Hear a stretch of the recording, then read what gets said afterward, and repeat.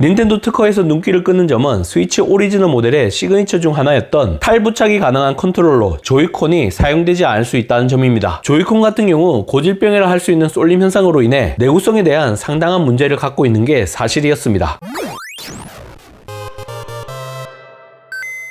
테크 요정 비티크입니다. 닌텐도가 8세대 초기 콘솔의 온라인 서비스 지원 종료를 발표했습니다. 여기에 해당하는 대표적인 모델이 바로 3DS와 위유인데 지난 4월 9일자로 소프트웨어 업데이트가 종료되어 더 이상 사후 지원을 받을 수 없게 되었습니다. 오프라인 기능이나 게임 모드 정도만 이용할 수가 있게 되었으니 이제는 반쪽짜리가 된 셈입니다. 3DS는 2011년, 위유는 2012년 글로벌 시장에 출시되었으니 6년에서 7년 주기로 후속작을 선보이는 콘솔 기기의 특성을 감안할 때 약 2세대 정도의 기간 동안 서비스 지원이 이루어졌다고 볼 수 있습니다. 이와 같은 결정을 내린 건 두 가지 이유가 있다고 보여집니다. 첫 번째는 닌텐도 스위치 2세대 개발에 박차를 가하기 위해서입니다. 두 번째는 닌텐도 유저들의 자기 콘솔에 대한 교체 수요를 자극하기 위함이라고 보여집니다. 닌텐도 스위치 2세대는 당초 올해 출시가 유력했지만 다양한 신작 확보 및 초기 재고 확보 차원에서 2025년 초로 연기되었다는 게 중론입니다. 발표와 출시는 최소 3개월에서 최대 반년 정도의 텀이 있을 것으로 예상되는 만큼 올 하반기 중에 닌텐도 차기 콘솔에 대한 발표가 이루어질 것으로 예상됩니다. 닌텐도 스위치 2세대는 8인치 화면 크기의 LCD 디스플레이, 엔비디아 테그라 T239 칩 탑재가 유력하며 AI 딥러닝을 이용한 업스케일링 기술 DLSS 3.5를 지원할 것으로 추정되고 있습니다. 휴대용 모드에서는 스팀덱보다 우수한 성능을 보여주고 동모드를 통한 외부 출력 시에는 플스4 프로와 플스5 중간 정도의 성능을 보여줄 것이라고 하는데 이렇게 되면 고해상도에서도 안정적인 프레임 확보가 가능할 것으로 기대됩니다. 기존보다 무려 9배 빠른 속도를 제공하는 SD 익스프레스 인터페이스가 적용되어 고용량 트리플레이크 게임을 설치하고 실행할 수 있는 합리적인 옵션을 제공해 줄 것이라는 루머도 나오고 있습니다. 시기적으로 볼 때 충분히 개연성 있는 인과관계가 형성되었다고 보여집니다. 가격은 $350에서 $450 내로 측정될 것이라는 게 정설이죠. 하지만 폼팩터와 디자인 같은 외관은 아직까지 오리무중인 상태입니다. 오리지널 모델과 마찬가지로 차기 모델도 휴대용 모드와 동모드 둘 다 쓸 수 있는 하이브리드 컨셉으로 나올 것이라는 것 정도만 확인되었습니다. 이런 와중에 최근 이슈가 된 부분이 있으니 바로 닌텐도에서 출원한 디자인 특허입니다. 보통 특허는 실제 적용하기 위해서 내놓는 경우가 많습니다. 하지만 경쟁사가 쉽게 따라하지 못하게 하기 위해 방어적인 성격을 지닌 경우도 있습니다. 차기 게임 콘솔 출시 주기는 평균 7년 정도나 걸리는 만큼 방어적인 성격보다는 실제 시장에 적용되는 걸 우선시한다고 봐야 합니다. 프로토타입이라 불리는 초기용 컨셉의 한계에서 벗어나지 못해 아예 시장에 선보이지 못하고 사장되는 일이 발생할 수는 있겠지만 차기 모델에 적용될 수 있는 유력한 후보군 중 하나라는 건 분명한 일이죠. 닌텐도 특허에서 눈길을 끄는 점은 스위치 오리지널 모델의 시그니처 중 하나였던 탈부착이 가능한 컨트롤러 조이콘이 사용되지 않을 수 있다는 점입니다. 조이콘 같은 경우 고질병이라 할 수 있는 쏠림 현상으로 인해 내구성에 대한 상당한 문제를 갖고 있는 게 사실이었습니다. 이미지를 보게 되면 디스플레이 왼쪽에는 조이스틱, 오른쪽에는 XYAB 4개의 버튼, 그리고 상단에 2개의 범퍼 버튼이 적용되는 전형적인 UMPC 스타일의 일체형 폼팩트 구조로 확인되고 있습니다. 아마도 조이콘의 고질적인 내구성 문제를 해결하기 위해 이와 같은 선택을 하지 않았나 하는 생각이 듭니다. 또한 닌텐도 스위치 차기 모델에 적용될 것으로 추정되는 새로운 독 디자인의 특허가 출원된 것도 눈길을 끕니다. 가장 이목을 끄는 변화가 바로 180도 회전 가능한 블록이 포함되었다는 겁니다. 포트 위치가 한쪽으로 고정되지 않고 왼쪽이나 오른쪽으로 바뀔 수 있을 것이라고 하는데 좀 더 수월하게 외부 출력과 충전이 동시에 가능해질 것으로 기대됩니다.